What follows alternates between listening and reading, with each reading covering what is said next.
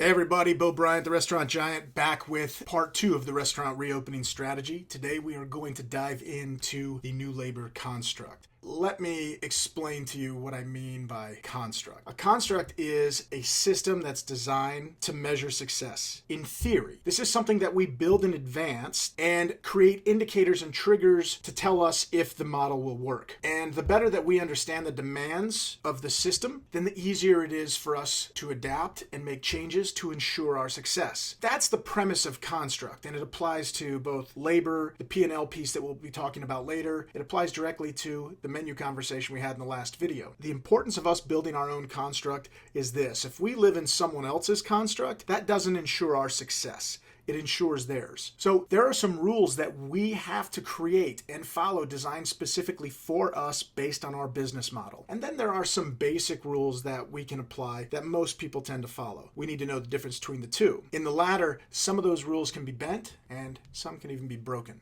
So let's talk about the rules. Obviously, in this big shift, there's a lot of old rules that no longer apply, and there's a lot of new rules we need to be paying attention to. Let me put this into context. I've worked with concepts in the past that literally designed overtime as a strategy to reward employees instead of giving them a raise. I've worked with concepts in the past that have used overtime as a reactive tool that they just kind of shrugged their shoulders on, instead of doing something in a proactive leadership style based on design, always hiring, always keeping bench strength, and always having a cross-train model within the business. You're going to be hard-pressed to ever justify why a person would ever be worth 50% more for doing the exact same job, because of our inability to manage our system and that person's hours and or how much we're paying them. Additionally, there is a new construct rule that we also have to pay attention to. With good design, good expectations, we should no longer ever have to be held hostage by our employees. With them having an expectation of how many hours a shift they're going to work, how many shifts per day they're going to work,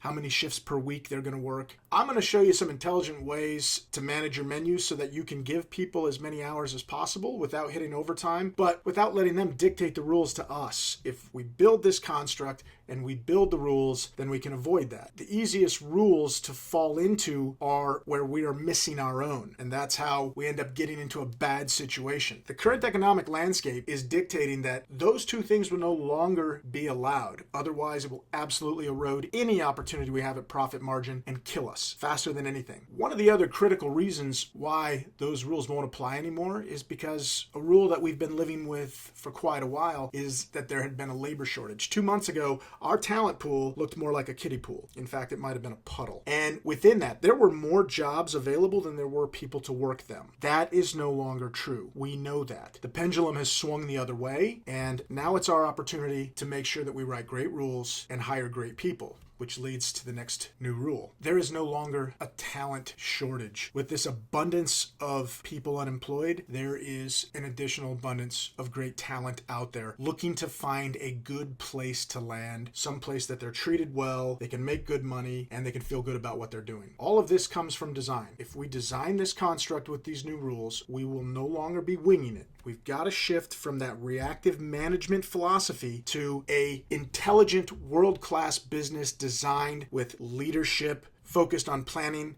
and proactivity. So let's get a little bit more specific, and let me help you break down the difference between a standard or a recommendation and a rule. We'll start at the top and we'll work our way down. Historically, one of the most egregious violations or misinterpretations between a standard and a rule comes right here in the org chart. I have seen companies that just assume they have to build their org chart like everybody else has built their org chart. And what that neglects is, do you need an org chart? Yes. Do you need an org chart that looks like everybody else's in the industry? Absolutely not. Your business model is, can, and or should be unique. And where it starts is with whatever the ownership group looks like in your business model. If you're a sole proprietor, or if you're a group, or if you're a family, you're going to have individual strengths that are already there. Things that you gravitate towards because you like to do them. Those strengths will manifest themselves in a number of different ways. The one thing is for sure, You can't do everything. Eventually, as you grow, there will become a tipping point and a law of diminishing returns, and you will have to hire people who are better or more interested in a job or a function that needs to be done. Now, if you're a bootstrapped concept, you're going to have to wear multiple hats. But as you grow, you have a responsibility to populate this org chart based on those gaps, those deficits, or finding somebody, again, who has more focus, passion, and better efficiency, creativity, and execution at a role that you might have been doing. I'm going to point out something interesting that I've seen over the course of 20 years, working with independent startups to large national chains, big regional emerging concepts, and everything in between, all the way down to franchise organizations and how they're built. This is really, really fascinating to me. We have to question the org chart as a whole. And when building our own, we have to ask ourselves some intelligent questions about our business. First, what are the roles and responsibilities within our business? What functions are critical? Who is critical in performing those functions? Now, this is one of the most provocative questions I can ask. Is the role a function of a person, or is that role really the function of a process? And I'm going to explain what I mean by that. When we look at outcomes and expectations, do we need a babysitter that has all of those outcomes and expectations programmed into their head to stand and look over people all day, every day, and spend 80% of their time and your labor and money to ensure that that is done? Or could we do a better job of capturing what needs to be done, who needs to do it, how it needs to be done, when it needs to be done, what doing the job well looks like, where the ROI is in that particular job, and how that ROI is measured? Additionally, I should probably add that we should also know what are the consequences of not performing to these standards. If that was captured intelligently, I could make an argument that you could shift a person in a particular position from doing that babysitting job, paying them in perpetuity, put a system in place, educate the staff so that they know the rules, the consequences, and the reward, and you could easily free up or shift some burden of labor and put it in a place that's better spent. And I'm going to show you where some of those places are in just a little bit. But first, let's transition to another recommendation. This is not a rule, but a recommendation. When we look at the labor breakdown, this is an industry standard labor breakdown. You can see I've got 39 cents on every dollar goes towards the back of the house hourly labor. 23 cents on every dollar goes to the front of the house hourly. 21 cents goes to salary management, and 17 cents of every dollar spent on labor goes towards payroll taxes and employee benefits. Now, of course, these ratios can depend on your geography, if you live in a tipped wage state versus a universal minimum wage state, or if you're a full service business versus a quick service business, or something in between. These are just benchmarks. That's why it's so critical to know that there are no such thing as rules when it comes to some of the pieces of the labor construct. I'm going to give you an example. I have a lot of clients that I've worked with over the years that have told me that they feel like their labor cost is good. They're running 30% labor cost, and that's great according to the industry average, right? Question mark? Well, maybe, but as we dive in and we look at their food cost and their labor cost combined, and it's coming out at 62%, all of a sudden, no, the labor cost is terrible. And I'm going to tell you how and why that would happen. So let's assume that I have a menu that's entirely made from scratch. That's going to dictate that I have to have a higher level of talent in my kitchen in order to be able to execute that menu. And that's going to tell you that I should have a theoretically low food cost, because the more I am buying commodity-based ingredients, the cheaper those ingredients get. Therefore, I should have a low food cost, but an expectation of a much higher labor cost. So that prime cost blend should probably be around 50 to 55%. I used some bad rules, assuming that a 28 to 30% food cost was okay in my modeling, because I assumed it was a rule. I didn't have a construct, and I designed my menu poorly with bad pricing from the get-go because I didn't have any construct application in the balance of this system. Now, I know that's going off on a tangent a little bit, but the same is true when it comes to labor in the inverse. If I bought all of my package from a commissary that pre-assembled and pre-made everything from the prep to pre-cooked product, and all I had to do was hire somebody at a very, very low experience level at right exactly minimum wage, because all they had to do was assemble what was essentially colored Lego bricks, I wouldn't have to have a very very heavy burden of labor. I would have a lot of efficiency saved, but I would also have a ridiculously high cost of goods or food cost that would be exceeding the traditional 28 to 30%. So we have to understand the balance of how all of this works together, and we have to question every rule that we think is a rule. And the best way to accomplish that is by building a construct. So constructs come with rules, and they also come with standards. And that goes back to the importance of us understanding the system so that we can figure out where we can make adjustments and impact our profitability. So with that said, I want to deconstruct the three different elements of the traditional restaurant's labor spend. That's salaried management, back of the house labor, and the front of the house labor. So let's start by looking at the top of the org chart, and we'll start with the salary employee construct. And I want to share an insight with you that I've gathered over my 30 years of being in this business. When we look at what the average restaurant owner or operator or leader in this business focuses on, more than not, this is where the focus goes, and relatively in this order. So pay attention to what people focus on. And I'm going to deconstruct it like a reverse engineered model. The first thing is cash flow.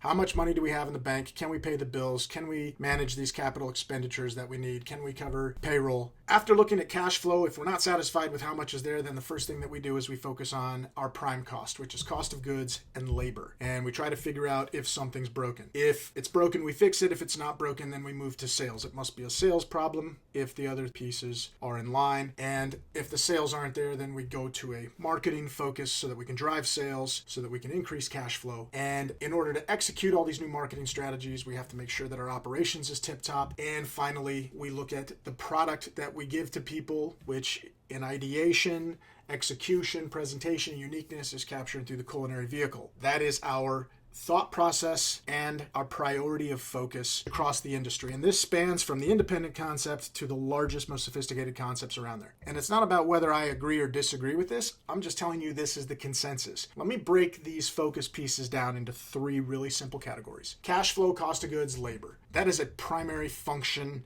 of a financial role. Sales and marketing is a primary function of a marketing role, and operations and product development, execution, pricing, point of differentiation, all that stuff in our culinary, that's primarily all within the operations umbrella. What I want to illustrate is how flawed the difference is between how we hire and what we pay attention to. When you look at what companies hire for, as they grow and identify deficits, they tend to hire in the exact opposite order. They hire for an operations person first, operations culinary being interchangeable, then the marketing role, and finally the finance role. So within our labor construct and our org chart, we have to start at the very top and question some of these rules and question some of the leaps that we make because we see other companies do it the same way. As many companies as I see do it this way, it's interesting when I look at the biggest and most sophisticated, by the time they get to those last two positions, they start killing it. So the question to me would be, well, then why wouldn't you start with those last two positions? I could easily take a lot of the operations pieces, pull it off of a person and put it into a process, train my team, educate my team, and I could put 80% of that workload and that labor spend on a marketing person. That person I could ensure would be a great leader, a great cheerleader, somebody who would also have measurable ROI, and somebody who could lead my staff but also drive new business into my concept. Again, some provocative thinking, things I just want everybody to question about their business. You have this rare opportunity for a fresh start, and I hope that you don't miss any silver lining moments or make any critical mistakes that you had made before. So now let's look at our construct according to the back of the house labor. And of course, this is designed through that menu construct and the adjustments that we discussed in the last video. But I want to talk about the relationship with the menu as it relates to the back of the house labor. So the menu pricing and the food cost, as we had just discussed a moment ago, will have a big impact in the way that the labor is paid for and the way that the prime cost is blended in your restaurant. But additionally, when we look at the menu construct, we also have to be testing our menu against the efficiencies that our line will allow us. How many steps, how many different stations do I have to go to with this plate in order to put it in the window and sell it? What's the amount of time that I have to put into that? And that really kind of flows more into the ergonomics piece, which that's the velocity equation that measures time, distance, and speed. right? How fast can I do it? How far do I have to travel to execute it? And how long does the total dish take for completion? These are all considerations that weigh heavily within this relationship of prime cost, which is the menu and which is labor. Next, we have to look at what are those back of the house triggers? What is our minimum need for staff to execute this at the slowest amount of sales? And what is our maximum amount of staff needed before it breaks? And that really takes us then to an interesting question is what's the highest possible density equation? Let me explain to you what I mean by that. When we build restaurants from the ground up, or when we relaunch a menu, we do what's commonly known as a stress test. We will literally shove so many tickets onto that line, thinking that we'll be able to handle this, but we intentionally push it to a point that it breaks so that we can find out where the breaking point is. From there, we can go back and say, what could we have done better or different to prevent that from happening? Or is this just really where it breaks? Is this a volume-based trigger that says we can't do more than this many tickets at a time with any type of quality, predictability, and ticket time, execution, and guest satisfaction? We need to understand those things. Again, at the high point and the low point, that's going to go critical when it comes to building our schedules and our labor performas, which we're going to talk about in just a little bit. But it also gives us a great idea about where we can make those adjustments in our construct. All right, now let's look at the construct according to the front of the house. In the pie chart that I show you, the segmentation of labor has different indicators. In the back of the house, we need to look at our business as a production company. It's a manufacturing company in the back of the house. What we measure is efficiency and throughput in the kitchen. The front of the house is a little bit different. Our construct is designed to measure the ratio of staff needed to execute X amount of dollars in sales. So if that becomes the indicator, we have to look at the front of the house construct in relatively the same way. Where are the efficiencies? Where have we created roadblocks or obstacles that slow them down? Do I have just one POS system? Do I have to run back and forth completely out of my section to be able to place an order? Or do I have a handheld system that I can use so that I can stay in my section, manage a higher number of tables, etc.? And that folds in perfectly to the ergonomics piece. Time, distance, and speed. No different than that conversation about the back of the house. And that also rolls up those technology enhancements. Technology is supplemental to that perpetuity that we pay in labor. So we can either put a system in place, and that system could be manual or written or taught as a foundational learning, or it could be in the form of technology. But what tools do we have available to reduce that perpetuity of payment to a person and create a system that will enhance but create efficiencies at the same time? Next, within the front of the house construct, we're going to have to look at some of the impacts that will force us to make service model adjustments. We've already seen a large number of concepts forced to shift from a full service to a quick service model. There's other considerations that have come from this pandemic, like adjusting hours of operations. All of a sudden, we're a lot more conscious of volume, but when we reopen, we should be paying attention to the same demand need and where the volume is. I would also expect that there's probably going to be some concepts playing with the notion of flex hours or peak hour schedules, where they will create triggers that say, if we're no longer busy after X time, let's say I know that my business winds down between 8:30 and 10 p.m. If at 8:30 we don't see a table from 8:30 to 9, then I give my people the authority to close the restaurant at 9. Now that's grossly unpopular in an old world, but in this new world with these new rules, if we do a good job of messaging that to the customer and let them understand, our burden of finance and expense is responsibility. In order to be profitable, in order to stay here and continue to serve you, we hope that you will understand we have to make some flex hour adjustments in this new norm. Please bear with us until we figure out what these new behaviors look like. I think it's completely reasonable, and I do expect to see some concepts playing with that. Additionally, within our service model adjustments, the 800-pound gorilla in the room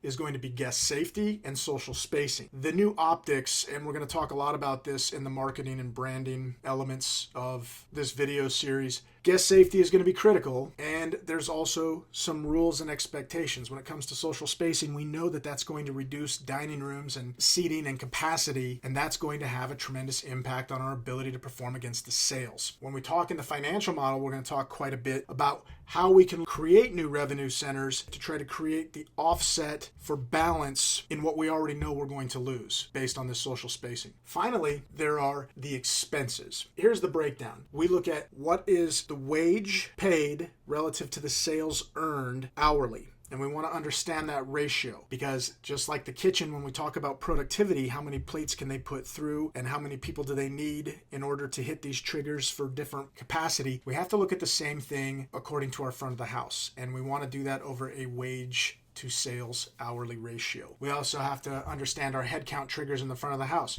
Average restaurant may not be able to open up unless they have at least 2 or 3 front of the house people. But there are some restaurants that only need 1. There might be side work or opening duties that could have been carried over from the evening before because you had to have staff and you did have sales, but it was slower, and vice versa. We have to really look at everything in our operations toolbook, our expectations, and that goes back to talking about where are those obstacles and roadblocks that we're putting in the way that's forcing more labor to be spent without revenue coming in the door. On the low side, but also understanding those triggers on the high side too, and what's the absolute trigger. We want to do a stress test in the front of the house just like we do the back of the house. How much can somebody handle before the quality of service breaks? Knowing that and trying to ride that fine line of anticipation of when it's going to happen and when we'll schedule somebody to come in, that's going to be a part of our new challenge, because we don't know what to expect, like most new startups when they get into this business. Finally, we want to understand the labor budget expense ratio. In the pie graph, I had showed you 21% for management, 39% for back of the house, 23% for the front of the house. When we look at a ratio of just back of the house to front of the house, it's common to see that 40%, 60% rule, front of the house to back of the house. We need to understand what our own ratio looks like. Part of modeling will tell us what that should be. We can't let somebody else tell us what it should be. We should know the answer. The standard is created because it's an important question, but the rule is created by us. So with that, let's dive into the labor Performa and let me explain to you how this works. I'm going to give you just a very generic example. So let's say my business is going to reopen and I anticipate that I'm going to be averaging about $2,500 a day in sales when we open. In doing that, I want to capture a 25% scheduled labor cost. This is straight payroll dollars for hours worked, not payroll tax, employee benefit, or even management. This is just hourly employees. So I want to hit a 25% labor cost, and here's what I look at. 25% of $2,500 is $625. That's my budget. 1% of $2,500 is $25. So every $25 that I go over my budget is going to create a 1% increase in my labor. So let's look at the back of the house budget first. My average cook makes $14, and the average cook has to work about 7.5 hours because we're 2 day parts. So that's $105 on average per cook. I have to have 4 cooks. That's my minimum to hit this dollar amount in sales. I'm going to have 2 a.m. cooks and 2 p.m. cooks. So my total budget is going to be impacted by $420. $420. Not on purpose. That's my back of the house schedule. So of that $625, I have $195 remaining. I have to have 1 cashier at $12 an hour. They have to work 8 hours. $96 for that person. And because I'm 2 day parts, I have to have a total of 2 cashiers. That 96 times 2 is $192, which of my $195 budget for the front of the house leaves me a surplus of $3. So I was fractionally below my 25% labor standard. That's theoretical. And that's exactly what a Performa is theoretical. So let's take a look at my Performa. There's 2 ways to do this. I have a manual worksheet that I created years ago for my restaurants that I still use and I still give to people that do not want to use different technology tools that are out there. I think that there's a lot more efficiency and a much better ROI on using third-party technology tools. I'll cover those in a minute. But for anybody who's interested in this manual system, I will show you my tool. If you're interested in getting this tool, feel free to send me an email, bo@bobryant.com, and in the subject line, please send me your labor Performa worksheet, and I will shoot you this. Okay, here's my labor Performa worksheet. This is just my sales and budgeting page. It's got a bunch of different graphs and that type of stuff. Let's set that aside for a moment and let's look at the actual Performa itself. So here is my back of the house Performa worksheet. I begin with my budget. I break down my sales forecast into the AM and the PM shift. On Monday, I expect to do $2,400. Tuesday, $2,650. Wednesday, $31. And so on and so forth. By ratio of average sales, I anticipate that I'm going to do half the sales at lunch that I'll do at dinner. So here's my breakdown. Now I'm going to go through, and in my Performa, I put positions that I need. I could have a person work AM cook 1 shift and PM cook 1 shift. Just simply start by looking at the positions that need to be filled. What's the minimum? So Monday, I don't need a prep guy and I don't need a dishwasher, but I will need 2 people. I will have 1 that's an opener and I'll have 1 come in right before volume, and this guy can get some prep done. 7, and this guy can help get through the load. This guy can leave early at 3. This guy can leave at 4 before the PM transition. I know the wage for each position, the number of hours worked each day, and it will tell me what the total spend is going to be, and it'll total that up to the bottom line. So I'm going to spend almost $119 on my AM back of the house. It's going to calculate that throughout this whole week. This is preemptive to building my schedule. I'll assign the people to the roles later, but this is just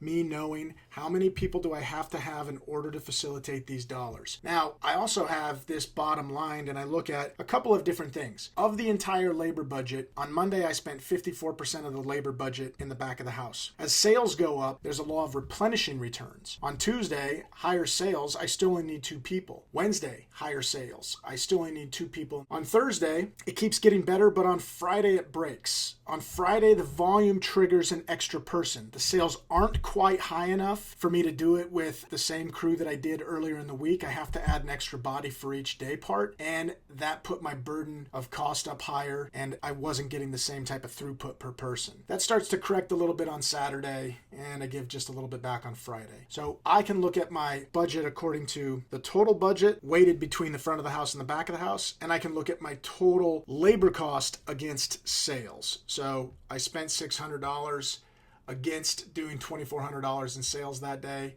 Just the back of the house is going to be a 14% labor cost. And that's what some of these graphs show me.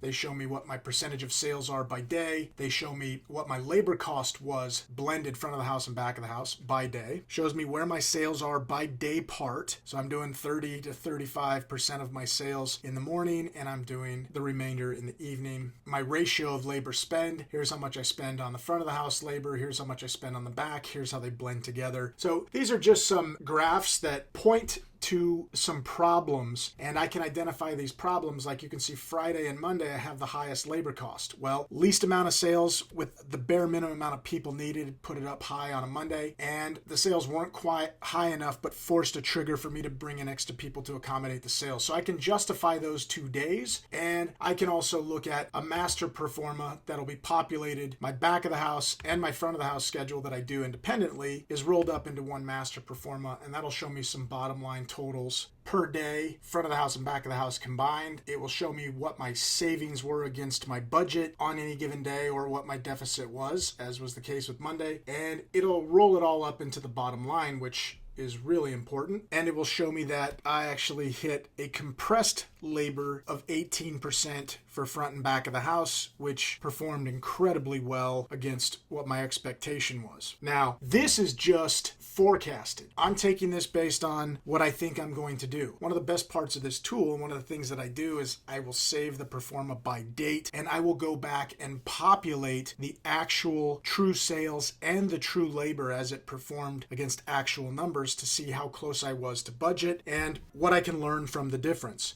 So that's an example of what the labor Performa is, and it's really within the construct of my overall labor model. But again, I don't necessarily think that that's the best return on investment. Throughout my own independent study, I've used a number of these third-party programs that have a lot of great benefit. Number one, all of these programs have an incredible mobile app function that will share the schedule with the entire staff. But all 4 of these in particular, because I've used them, I can tell you all 4 of these, A, are incredibly affordable, starting at about $20 a month, and B, they have this labor Performa built into them, and it will help you do exactly what we just did with the worksheet I was showing you, a lot easier, a lot faster. Regardless of which direction you go, what's important is that you do go in one of these directions so that you can forecast, budget, anticipate, correct, learn, adjust, and ensure your profitability in this new world. Now, I don't know a more true statement than this one right here. The experience of your guest will never exceed the experience of your employee. What you expect them to give to the guest will be a direct reflection of you and your leadership, your organizational and your planning skills. With that, I'm going to talk about this last piece. So this is what the employee journey looks like. We need to start with a mission statement. You have to let people know why your business is needed, why it's necessary, relevant, and what it's doing here in the first place. And to your people, you need to share with them not just why you're here, but where you want to go and where they can go if they stay with you. And there's a path that is revealed amongst these 2 points by establishing your values, explaining what you stand for, what you stand against, what you like, what you don't like, what good looks like, what bad looks like. All of this needs to be captured because this will create the culture. These simple steps will define who you are, and the law of attraction will bring like-minded people to you. The reason why culture is so critical is because as an industry, we have proven that we are not very good at this. When we look at turnover is largely a byproduct of bad culture. People don't like where they work, what they do, who they do it for. And it's never been more evident. When we look at the Bureau of Labor Statistics, we can see that we're just not as good as we should be amongst non-restaurants in the private sector. We tend to have a higher turnover rate by 30 to 40%. Now, this detail only goes to 2015, but I promise you that percentage hasn't changed in nearly 20 years. Our turnover has always been incredibly high. So I want to do a little math with you to impress the point of culture and impress the point of paying attention to turnover. So we can figure out our turnover number real simply. Call your accountant, find out how many W-2s you sent out last year. In this example, let's say I sent out 79. I subtract that to what a fully staffed schedule looks like. I had 42 people. If I subtract those 79 W-2s I sent out from a fully staffed restaurant of 42 people, there were 37 extra people that passed through our door, came and left. When we divide that 37 by the total number of W-2s, we will get our number, 88% turnover. Pretty much in line with what these statistics are saying, and they are abysmal. Now, there's better math to apply to that we need to understand. And this is a soft cost, and this is something most operators don't think about, don't capture, or don't know. And I would encourage you to figure this out. I'm going to give you a really quick idea of what that looks like so that you understand this cost. So in the interviewing, I advertise on some type of social media platform. My leaders have a hourly wage that I can calculate from their salary. They spend real time interviewing multiple people multiple times to narrow it down to that one person that we hire. Then we spend a real cost on orientation, putting people in the computer, walking them through the employee handbook, giving them their tour, introducing them to other people. All of that has a labor expense that's attached to it. Then I've got materials and the uniform cost, $500. Training. I had to have a person that I paid a shift differential for a training wage to manage half a station with twice as many people in order to be able to show this person. That has a real cost of $1,000. And then amongst the testing and the errors, the lack of efficiency that was created during the training process, another $300, giving me about $2,300 in expense. But here's the reality. We're in the hospitality industry. We should treat people better than any industry treats their people. Therefore, I have an expectation we should be able to not just get to that 30 to 40% reduction to be on par with the rest of the world that's not restaurants. We should be able to exceed that. If I could get a reduction of 50% turnover, cut those 37 positions to 18 and a half positions that darkened my door in a year, and I multiply that by 2350, it's nearly $45,000 in found money that I didn't waste. And that is so critical when it comes to profitability, and it is a huge part of the labor construct that we've got to pay attention to, that we have to do better when we reopen the doors and emerge from this post-COVID-19 era. I hope you got good value in this. I know this video ran longer, but we're talking about some concepts that are a little bit more foreign. So I appreciate your patience, your time, and I really hope that you will move forward with some of these strategies to help make our industry better than it's ever been. Coming up, part 3 of the restaurant reopening strategy, and we're going to dive into the new profit construct. As always, be safe, be kind to one another, and thank you very much for tuning in.